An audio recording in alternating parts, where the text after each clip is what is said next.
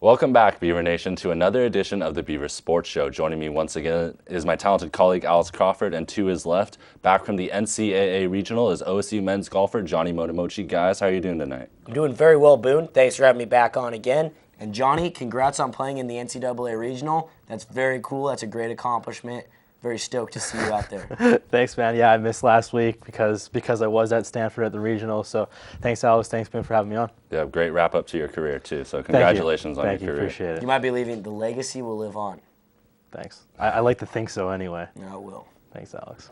Coming up, the Oregon State baseball team is taking on the University of Oregon Ducks in the Civil War Baseball Series this weekend at Goss Stadium. Coming up later in the show, we'll break down what the Beavers need to do to get a series win against their in-state rival. And as always, we'll have a segment of the Beaver Roundtable. You're watching the Beaver Sports Show on KBVR TV. Stay tuned. From the KBVR TV studio on the campus of Oregon State University, this is the Beaver Sports Show.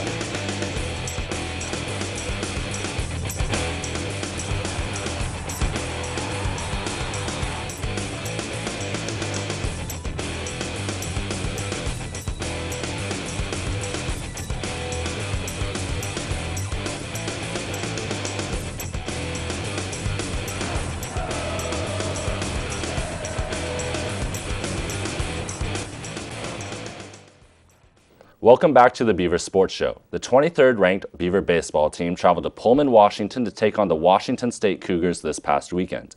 In a pivotal series for OSU, the Beavers came through and won 2 out of 3 games. With an update on the weekend, here is Sports Show reporter Audrey Wiltz.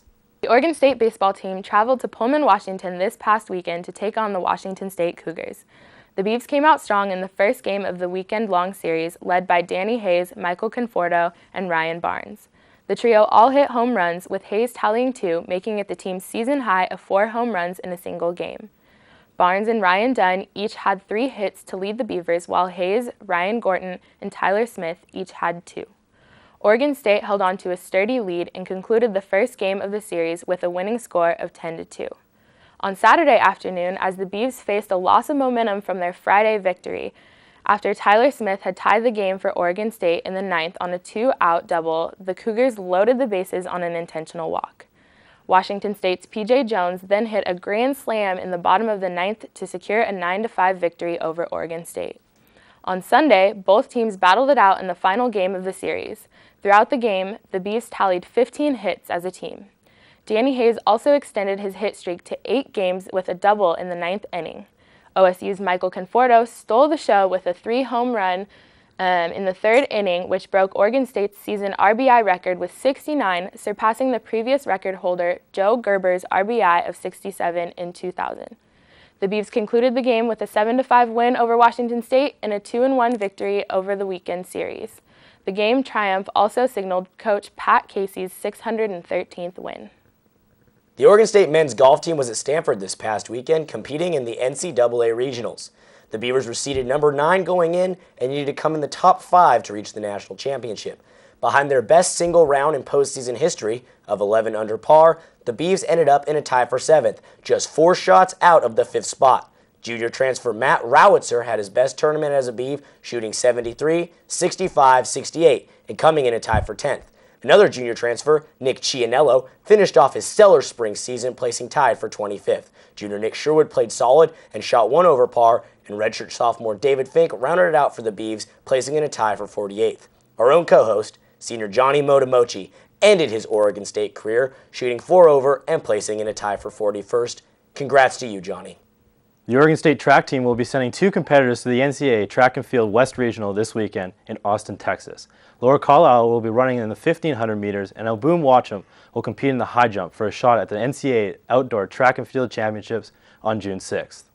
It was announced this past Tuesday that Oregon State pitcher Dan Child has accepted an invitation to play for the USA Baseball Collegiate National Team, joining his teammate Michael Conforto, who accepted the invitation last week.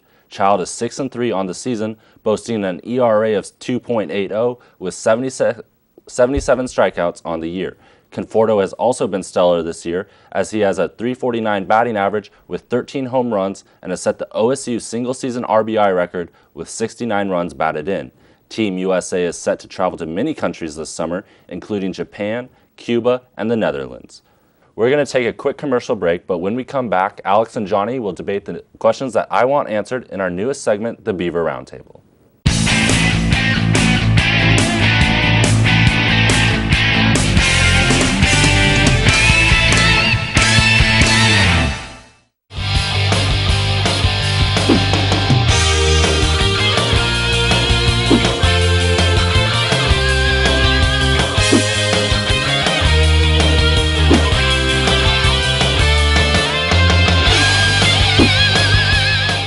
Welcome back to the Beaver Sports Show, and it's time for a new segment of the Beaver Roundtable. And guys, to start things off, the Beaver baseball team had a good weekend this past weekend in the Palouse as they played the Washington State Cougars and took 2 out of 3 games. This weekend, though, it's a much tougher test as they play the first-place Oregon Ducks, who are #1 in one poll and ranked in the top 10 in all the other polls. Guys, I mean, Johnny, starting with you, what do the Beavers have to do to get the series win?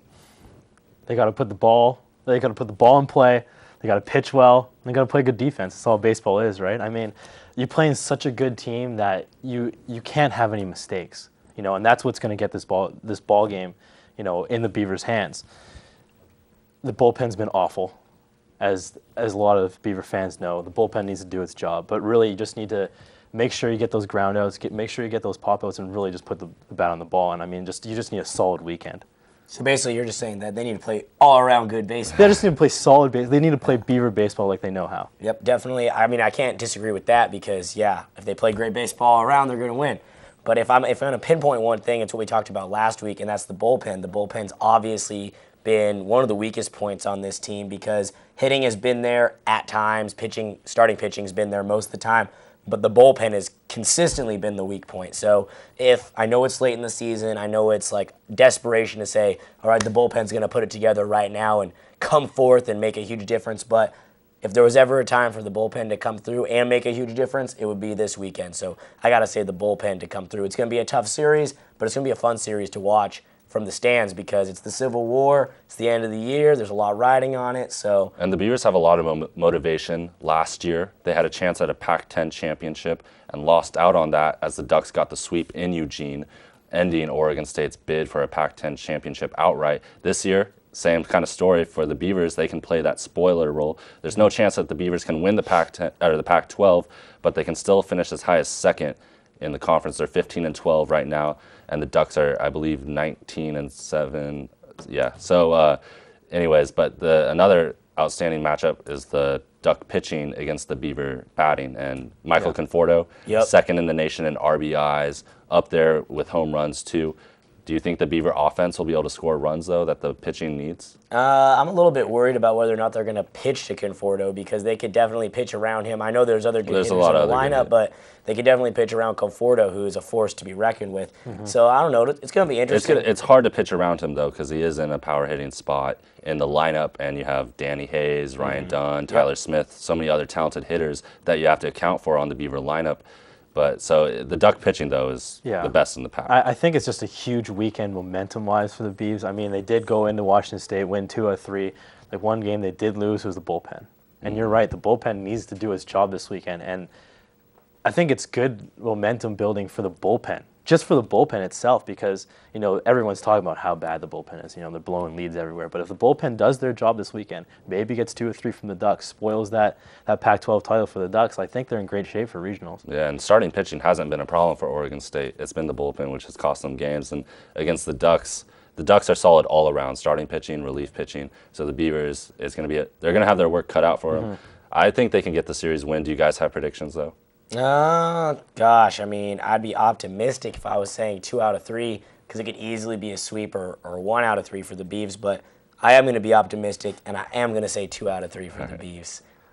I want to say 2 out of 3. I'm going to go 1 out of 3. And it's not because the Beavs are so bad. I think it's just because the Ducks are so good, and it kills me to say that. But the Ducks are so solid all the way around, and the Beavers just need to play better. They need basics. more consistency. Yeah. And you have to give credit to the Ducks. And #1 team in one poll in the top 10 in all the other polls. George Horton has worked his magic. Great coach, obviously. And the Beavers probably have more talent on the roster, but the Ducks are playing better baseball, better team baseball, better pitching. And that's what I mean by just the fundamentals of Beaver baseball. You know, they won national championships because they're pitching and their defense. Yep. And if they just do their job, which they haven't really done, if they just do their job, they'll be competing in every game this weekend. Yeah, for sure. I definitely agree.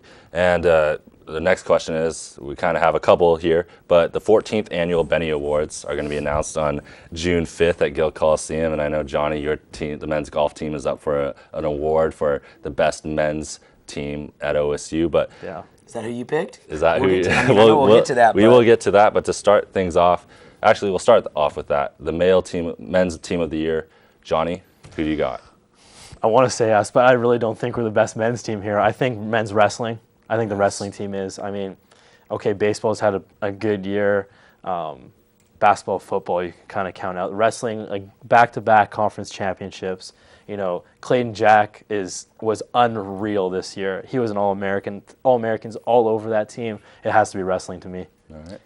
I don't want to discount wrestling because they had a great year, but I got to give my men's team of the year to baseball just because. I mean, of all the major sports at OSU, which are football, baseball, and basketball, wrestling doesn't get that much love from the fans. So when the baseball team does good, and when it's the only major sport that does good, I got to give them the team of the year. They went 35-18 up to this point. You know, they're definitely going to go to the postseason. They're just having a great year. That's the kind of team that packs the stands. Looking at some of their statistics, they're just having a great season. Yeah. So I got to pick baseball only because that's the kind of team that people pay attention to.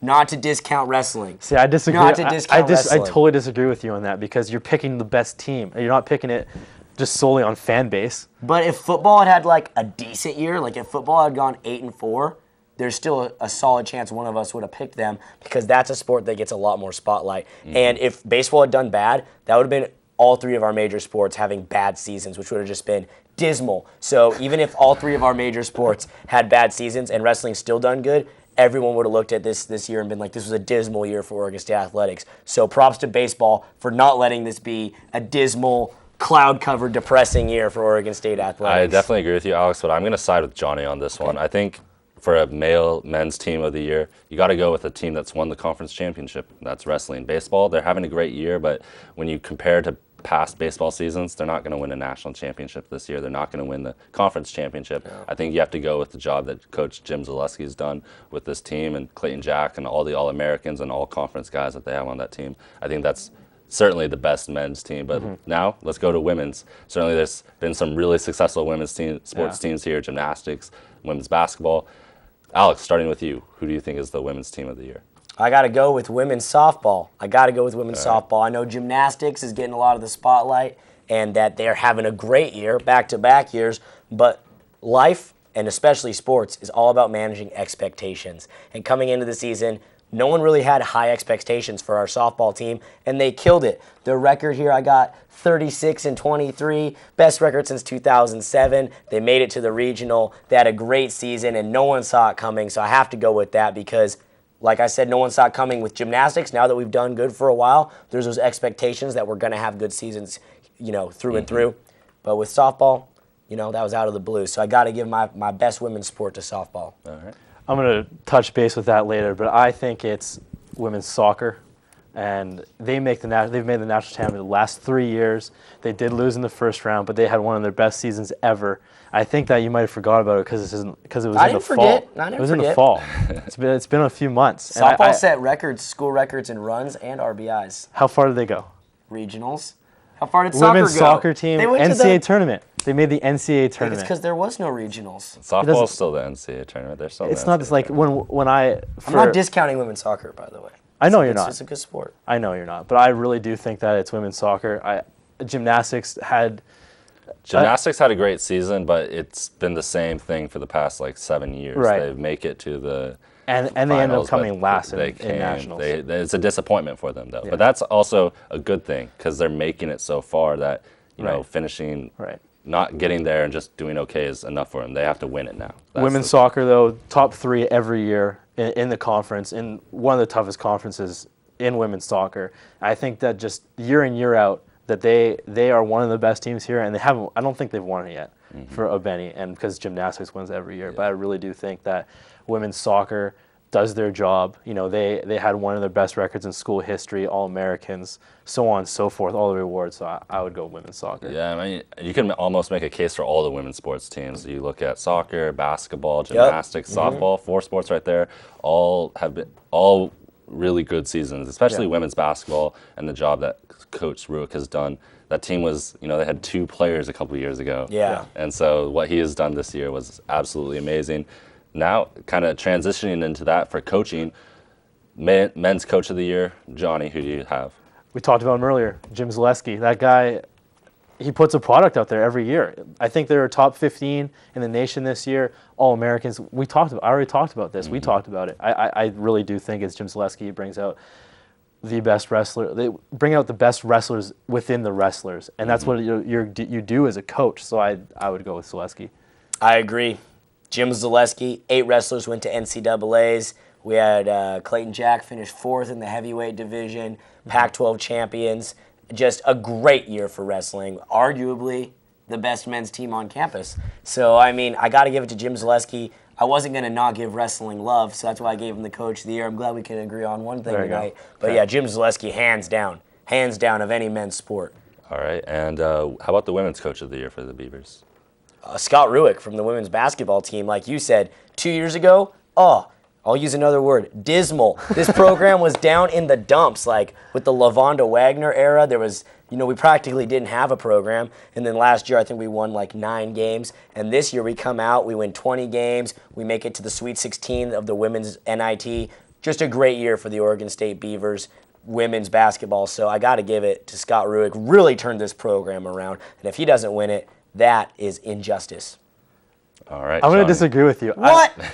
I love Scott Ruick. I love Scott Ruick, and there is no bigger fan of Scott Ruick and that women's basketball team than me, because I would go into workouts in the Sports Performance Center and see 3 women's basketball players in there at the end of my sophomore year 2 years ago.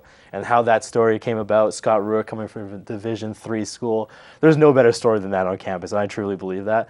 I got to give it to Kirk Walker, though. Softball coach. What he, like you said, we weren't expecting anything out of the softball team at all this year. And what he did to bring in transfers, to bring in freshmen like he did. Bring in new coaches to kind of rebuild the staff. They had been on a downward turn, and they come back out of nowhere. But the 2 assistant coaches they brought in this year, Coach Hirai and Coach Laura Berg. Laura Berg was a 4-time All-American, 3-time Olympic medalist. So, I mean, what he's done with that softball team, bringing in everyone and pretty much transforming a culture. Kirk Walker. Well, definitely. Like I said, life, but especially sports, it's all about managing expectations. So the teams that are expected to do good, when they do good but not great, you're like, oh, whatever. But when the team, like the women's basketball team, was picked to finish 12th in the Pac-12 preseason, absolutely not what happened. So everyone, it just gives them that much more credit and that much more credibility. Yeah, and the women's coach of the year might be the hardest award to give for this year's Bennies. The women's sports awards are just going to be tough. It's so many great teams, so many great players, great coaching, and just, they're all on the upward swing. Yeah, definitely. To round things out, though, how about the male athlete of the year? There's a couple good, Clayton Jack, Jared Cunningham, some really impressive athletes representing the men's side. Johnny, who do you think? I got Clayton Jack. I have been pressing, actually all the male sides I got wrestling. Clayton Jack, he barely lost this year. I mean, he lost 2 or 3, 4 times maybe. He was good. And he dominated the heavyweight division in the NCAA. Like you said, fourth at the national championship. First team All-American. Clayton Jack, by far, my male athlete of the year. All right. As deserving as Clayton Jack is, I have to go with Michael Conforto. He just set the school record in RBIs with 69. He's batting .349 with, 13 home runs? 13 home runs. He's having a great season, RBIs. just an amazing season, and the season's not over yet. Who knows who he's going to add on to that in this final weekend and in the postseason. So I got to go with Michael Conforto just because, he just set a school record. He's a freshman, and he's killing it. So I got to go with Michael Conforto. Yeah, and Pat Casey has said that in the future he fully expects Conforto to be a Major League Baseball player, and that's not something that Pat Casey throws around lightly. No. He's the last time I remember him making that prediction was about Jacoby Ellsbury, and we all know that Ellsbury is playing for the Boston Red Sox. But guys, this is the one I'm gonna have to go. Jared Cunningham is my prediction. I think that really it was an injustice that Cunningham didn't get Pac-12 Player of the Year. He was certainly better than Jorge Gutierrez and meant more to the Oregon State basketball team than Jorge Gutierrez did to Cal. So I think that Jared, he's going to get that Player of the Year, and I think, great things. He had a great season, even though the men's basketball team was a little bit of a disappointment. They still had their best record in like 20 years, which is saying something, and Jared was certainly the biggest reason for that. How about the women's athlete of the year? Crawford, you got? I got Laura Carlisle. This is more of a lifetime achievement award, but she has consistently, year in and year out, she's a senior, she has the 1,500 school record. She just kills it in cross country and track in a program that is super just undermanned. We don't have the great facilities. We don't have a men's team. We don't even have a track yet. We don't have a track, and she's killing it. She's going to the NCAA regionals, I believe. Yep. And so she's just doing super good, and I'm pumped.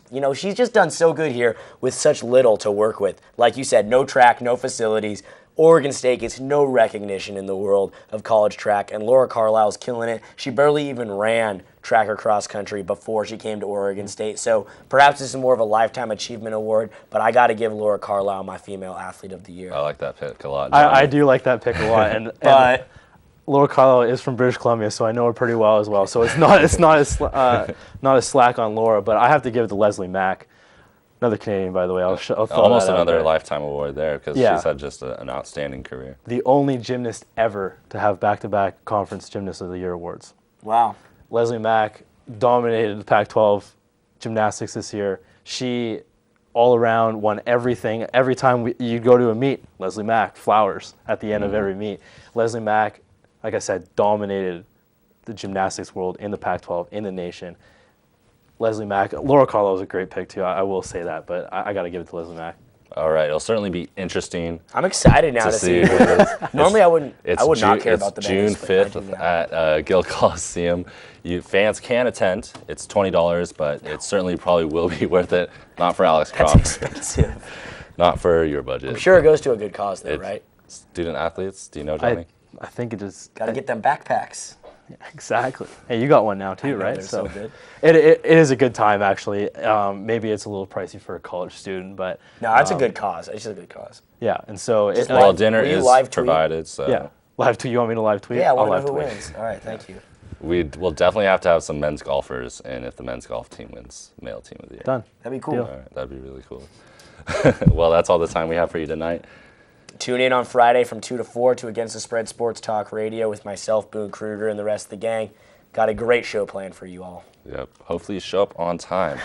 And on behalf of Alex Crawford, Johnny Motomochi, once again, dude, congrats on your career at Oregon State on the men's golf team. Certainly a true gentleman right here. A true gentleman.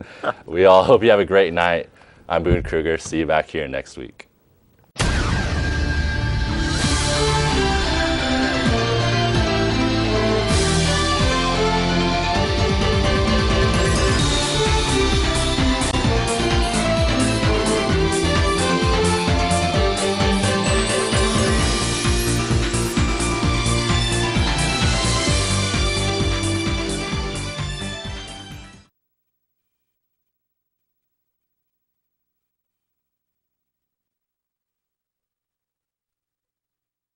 I'm Jacob Noakes with the Beaver Sports Show.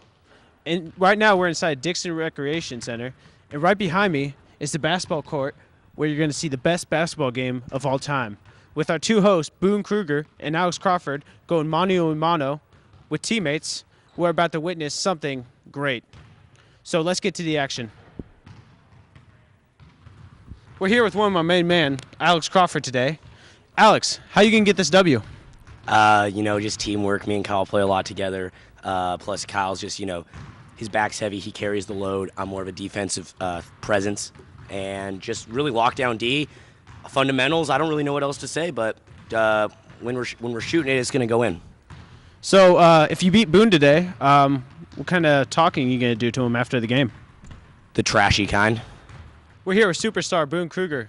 So, Boon, the other team's been talking a lot of trash today. What are you going to do to shut them up? Well, we're just going to play really good basketball, let her play doing the talking.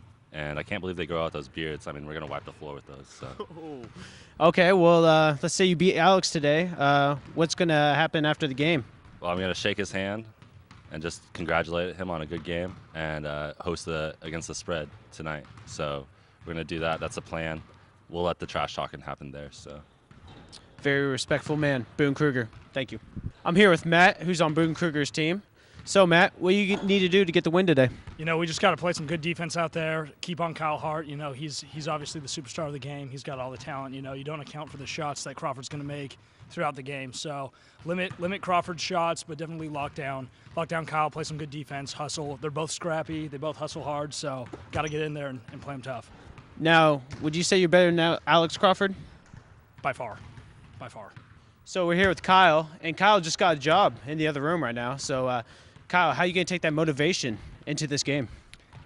Jacob, I'm really excited to get this job, and I'm going to take that and I'm going to put it straight into our next game in the series. I really want to sweep these guys. They haven't got a win on us yet, so we're 3-0 on record, but I think more we're probably about 16, 17-0.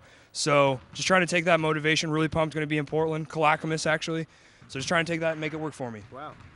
I just want to know how do you continue to win with Crawford on your team? Hey, Alex plays hard. He brings a different dynamic to the floor.